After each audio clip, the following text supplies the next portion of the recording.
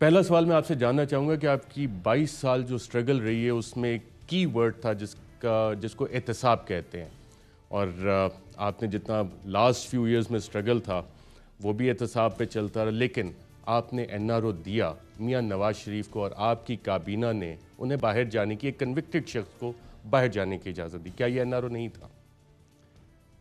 N R O کے اوپر تو میں بعد میں آتا ہوں، کیونکہ ابھی یہ جو فیٹ اف کا سارا اسمبلیز میں یہ جو ڈرامہ چلا ہے، اس کے اندر آپ کو پتہ چلے گا کہ اگر کسی حکومت نے بھی سٹینڈ لیا ہے اور اتنی زیادہ بلیک میل کبھی کسی حکومت کو نہیں کیا گیا جو اس موجودہ اپوزیشن نے ہر مرحلے پہ حکومت کو بلیک میل کیا، اور بلیک میل صرف اس لیے کیا ہے کہ وہ ہمارے سے صرف چاہتے تھے کہ ہم این آر او دے دیں. اور یہ فیٹ اف کا اصل میں کبھی بھی اس طرح بے شرمی سے ایک نیشنل انٹرسٹ کے اگینسٹ اپوزیشن جائے اپنے ذاتی چوری بچانے کے لیے، کبھی بھی نہیں ہوا کسی ڈیموکریسی میں نہیں.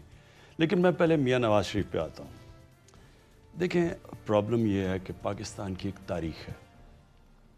ہماری تاریخ کے اندر ہم نے کبھی بھی طاقتور کو کبھی بھی قانون میں لانے کی کوشش نہیں کی. پاکستان میں دو قانون رہے ہیں، ایک طاقتور کے لیے، ایک کمزور کے لیے.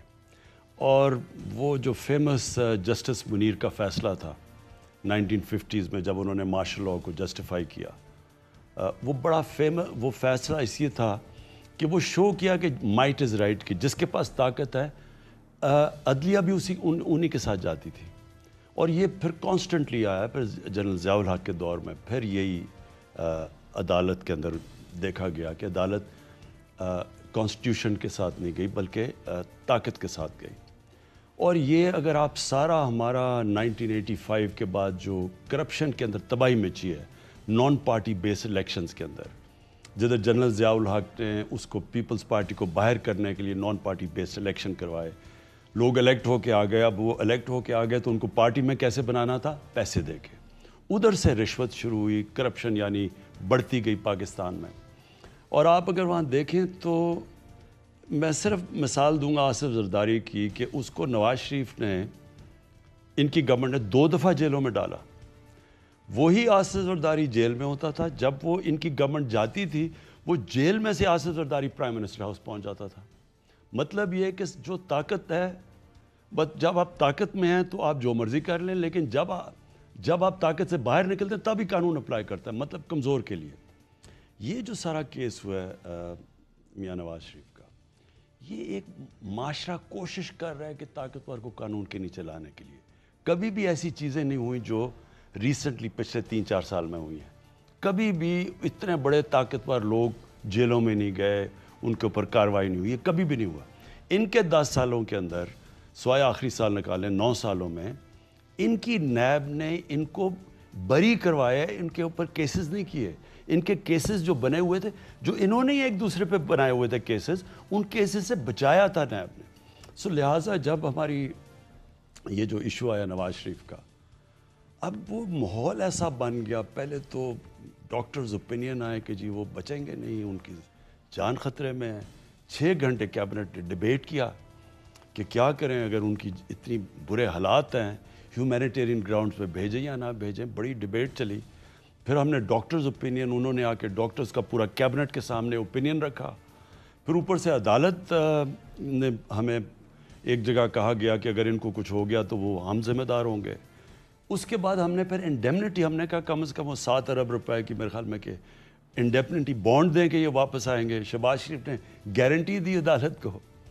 اب اس کے بعد وہ باہر چلے گئے. اب جب باہر گئے تو ایک نواز شریف یہاں تھے اور ایک وہ اب باہر ہیں.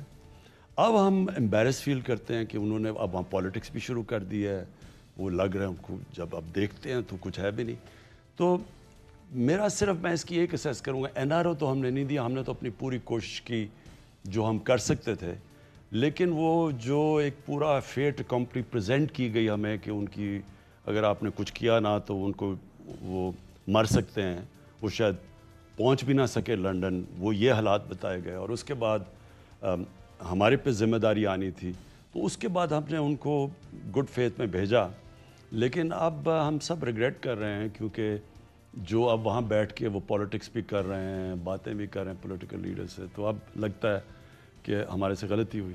پرائم منسٹر صاحب، کیا پوری حکومت کو، پنجاب حکومت کو، وفاقی حکومت کو، میڈیکل بورڈز کو جعلی رپورٹس کے ذریعے دھوکہ دیا گیا کیا؟ اور اس کی آپ اب تحقیقات کروائیں گے؟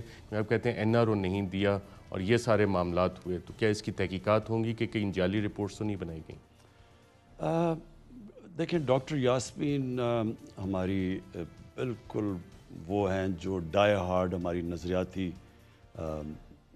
کارکن رہ چکی ہیں، ہماری 10 سال سے ہم سب ان کو جانتے ہیں، تو ان سے میں ڈیلی ان ٹچ تھا، اور وہ پھر ڈفرینٹ میڈیکل اوپینین ہمیں بتا رہی تھی۔